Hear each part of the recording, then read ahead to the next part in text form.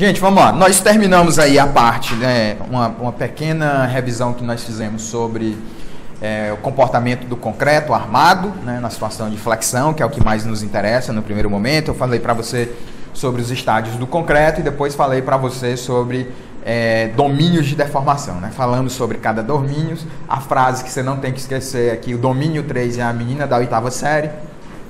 Domínio 3 é sempre onde você vai querer dimensionar a sua estrutura. É lá onde você quer dimensionar o seu concreto armado, seu elemento à flexão. Beleza, vocês já viram a parte de viga, já viram cálculo de flexão em viga e cálculo de cisalhamento em viga. E agora nós vamos começar a estudar lajes, tá? Lajes de concreto armado. Lajes de concreto armado.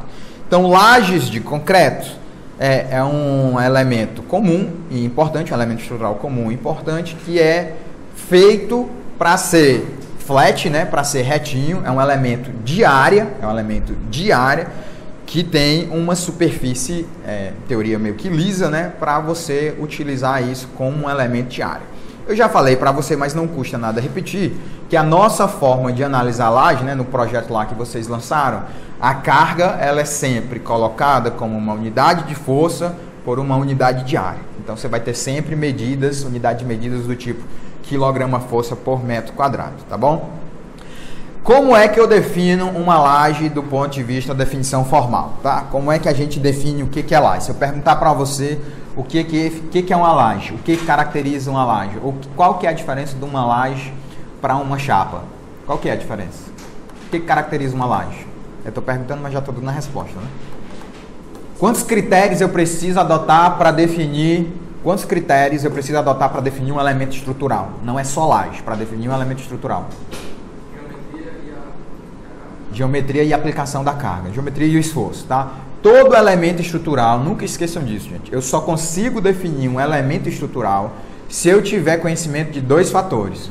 Um é a aplicação da carga, ou o esforço que ele vai estar atuando, e o outro é a geometria. Se eu tiver só geometria, eu não consigo definir o meu elemento. Se eu tiver só a carga, eu também não consigo definir. Isso quer um exemplo? Como é que eu defino um elemento de viga?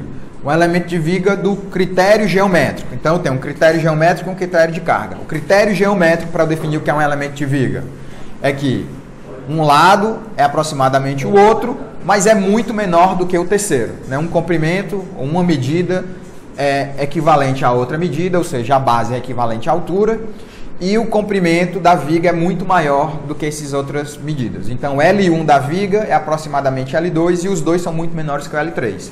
Mas, isso é um elemento de viga, esse critério geométrico. Mas o critério de barra também é assim. O que é uma barra, por definição? Do ponto de vista geométrico, é um elemento que tem uma dimensão muito próxima da segunda dimensão e as duas são muito menores do que a terceira dimensão. Então, do ponto de vista geométrico, eu não sei o que é barra e eu não sei o que é viga. Como é que eu faço para definir o que é barra e o que é viga? Eu preciso do meu segundo critério, que é o meu esforço. Como é que é o esforço no elemento de barra? Normal. Então, no elemento de barra, que é o irmão mais próximo, o exemplo mais próximo que a gente tem é a treliça, o elemento de barra ou ele está 100% comprimido ou 100% tracionado. Não tem flexão.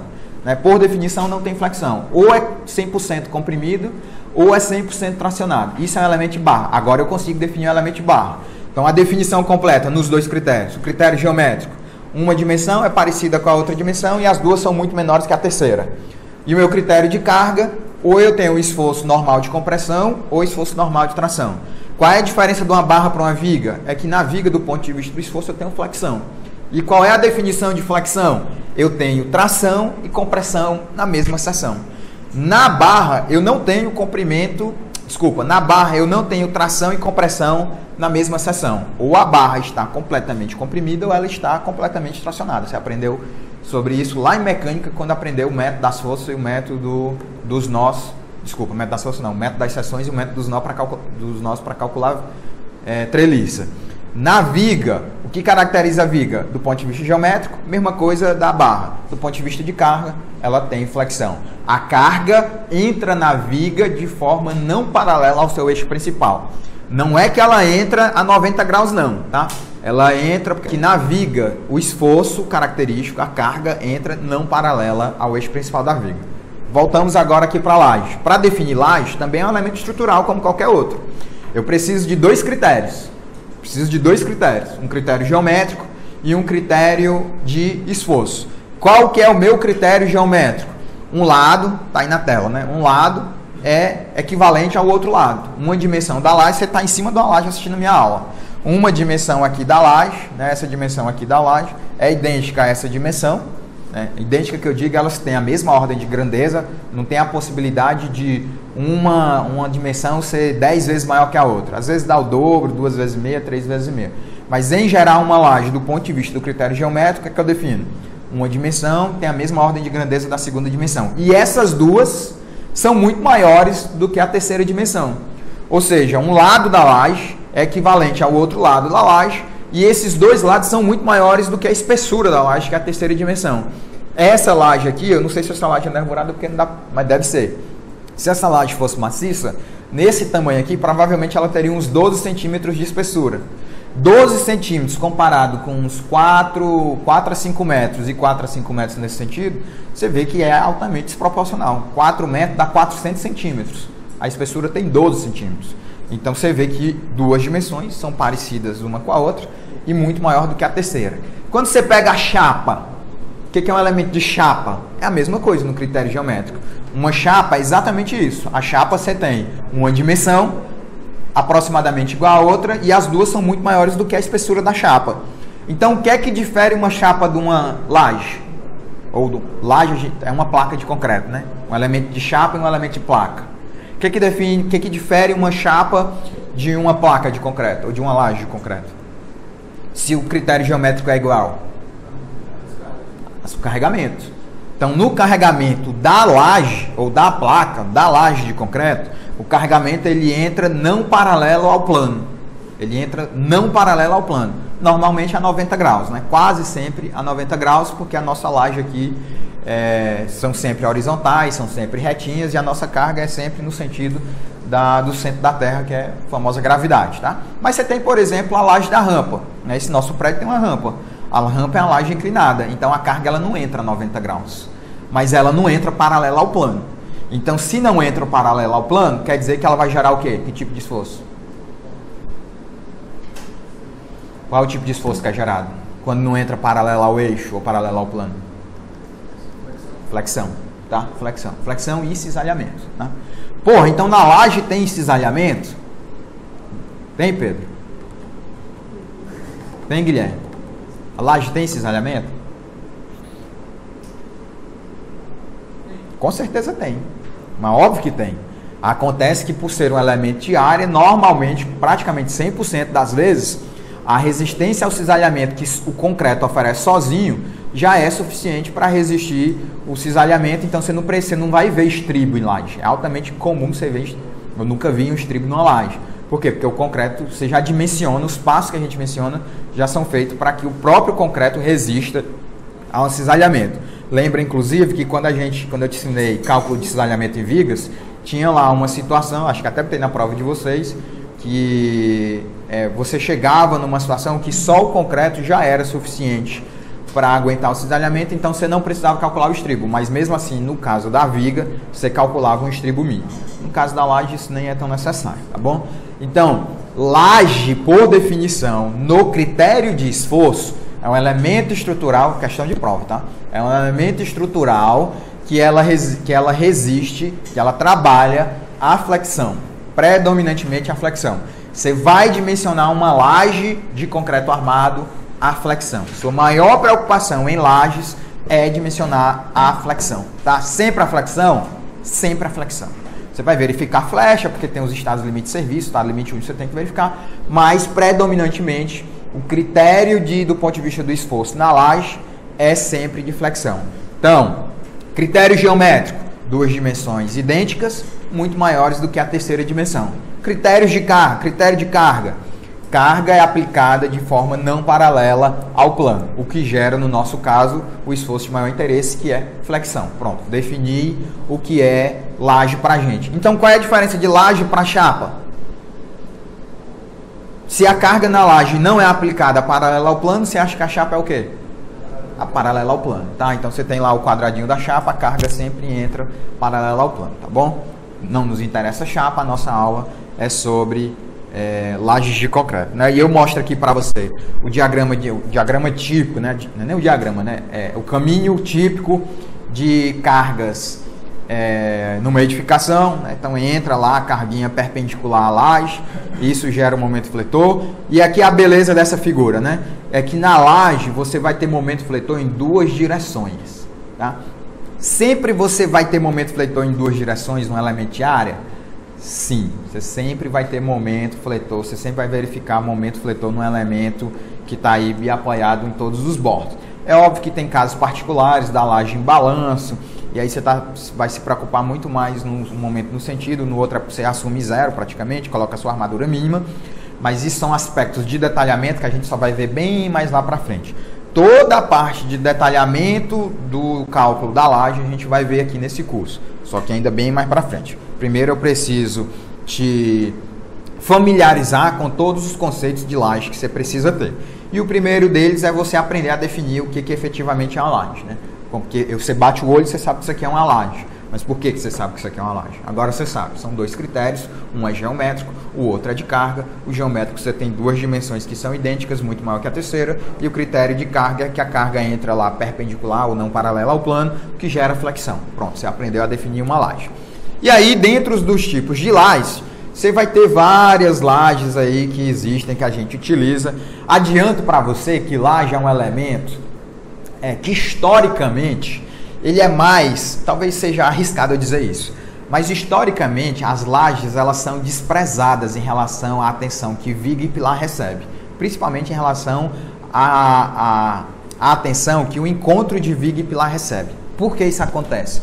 Porque que laje é um elemento que normalmente a gente não dá tanta atenção, a gente dá atenção, tá? A gente vai dimensionar certinho, vai calcular flexão, vai armar, vai detalhar, desculpa, vai verificar deslocamento, flecha, vai verificar tudo.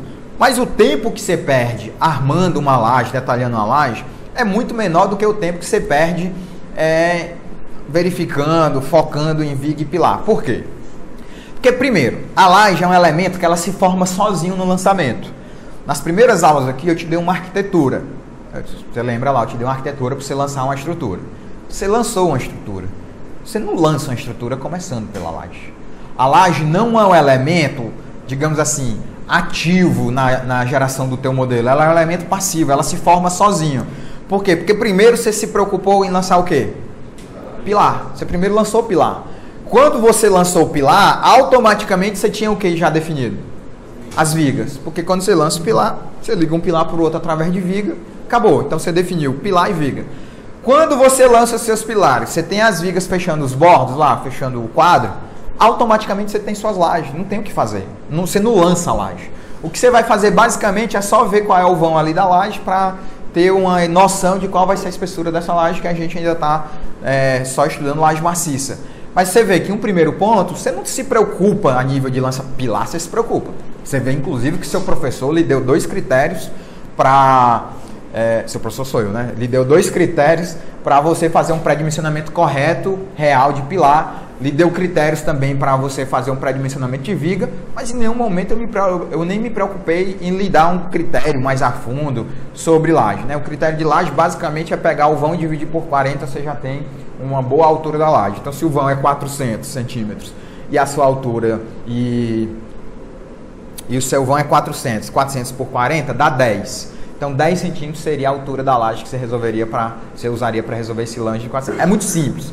O segundo ponto, que a meu ver é até mais importante, porque que lajes não recebe tanta atenção do que como viga e pilar, principalmente pilar, é que no cálculo de estabilidade global, historicamente a gente nunca utilizou a inércia da laje. A laje ela é tratada como um elemento de rigidez infinita. Agora, de uns anos para cá, inclusive TQS, de uns anos para cá, a partir do modelo 6, foi preciso chegar no modelo 6 para a gente começar a utilizar a rigidez da viga na estabilidade global do prédio na análise do pórtico. Eu me arriscaria a dizer para você que a maioria dos prédios no Brasil foram dimensionadas usando um modelo de pórtico o pórtico plano ou pórtico espacial, onde não se utiliza a laje. Se você pegar lá o modelo 3 do TQS, ele considera o prédio quase como se fosse sem laje do ponto de vista da estabilidade global. A inércia da laje não é considerada nesse equilíbrio, ela não entra na conta para calcular a rigidez quanto à estabilidade lateral do prédio. Ela entra como elemento de rigidez infinita, acabou, mas nenhuma conta é feita, não há consideração dessa contribuição na estabilidade lateral do prédio. Tá? Então é um elemento que historicamente recebe menos atenção do que pilar e do que viga. O que é interessante, porque lajes representam uma boa quantidade do consumo, mas também não tem muito o que fazer. Depois de lançar pilar e viga, você vai resolver a laje no que sobrar, tá? Então é um elemento que você meio que resolve ela no que sobrar. É o que der ali, é o que fechar, vai assim mesmo. Pilar não. Pilar é um elemento que você insere, que você define as dimensões ali, né? Tem um cuidado, tem um rigorzinho maior, beleza? Então, feita essa introdução aí sobre laje, o primeiro tipo de laje que eu coloco aqui para você é o que a gente chama de, né, aqui no Brasil a gente chama de laje maciça. Normalmente se referindo a lajes que são apoiadas em todos os bordos, né, que em inglês ele coloca two-way flat slab. Flat slab é qualquer laje que é plana. Então, laje maciça, ela é uma laje plana, né, porque aqui a gente define, em português a gente define laje plana, laje lisa e laje cogumelo. São três definições que a gente usa, que no fundo para o inglês é a mesma coisa. A laje maciça é flat slab, mas é two-way, porque você tem distribuição em cruz, né, da carga, você tem apoio em todos os lados. Você tem a flat slab com o drop panels, que é a nossa laje cogumelo, mas também em inglês é flat slab. Então você tem lá o capitelzinho da laje, isso é uma laje cogumelo, né, só para a gente ficar na mesma página. Quando eu falo laje lisa, a laje se apoia diretamente no pilar. Quando eu falo laje cogumelo, é uma laje lisa, só que tem capitel. Tá? O cogumelozinho lá é por causa do capitel. Então, toda vez que você vê uma laje lisa que tem um capitel, ela é uma laje cogumelo. Mas é uma laje lisa. Na prática, é uma laje lisa porque não tem viga. O apoio vai direto no pilar, tá bom? E você tem a nossa laje com cogumelozinho, né, com o capitel. Também quando você utiliza laje nervurada. Isso também é possível, né? Você só vê aqui na imagem, mesmo ela sendo laje nervurada e sendo uma laje que se apoia diretamente nos pilares, não tem nenhum problema você utilizar a laje nervurada que se apoia diretamente nos pilares, desde que você dimensione a laje para isso. E aí, obviamente, no encontro com o pilar, você vai fazer uma seção cheia, porque você jamais vai deixar no encontro com o pilar a nervura, porque ela não vai aguentar esse cisalhamento, ela vai quebrar, tá? Então você vê aqui na imagem tudo laje nervurado e onde tem aqui os pilares, você visualiza um enchimento.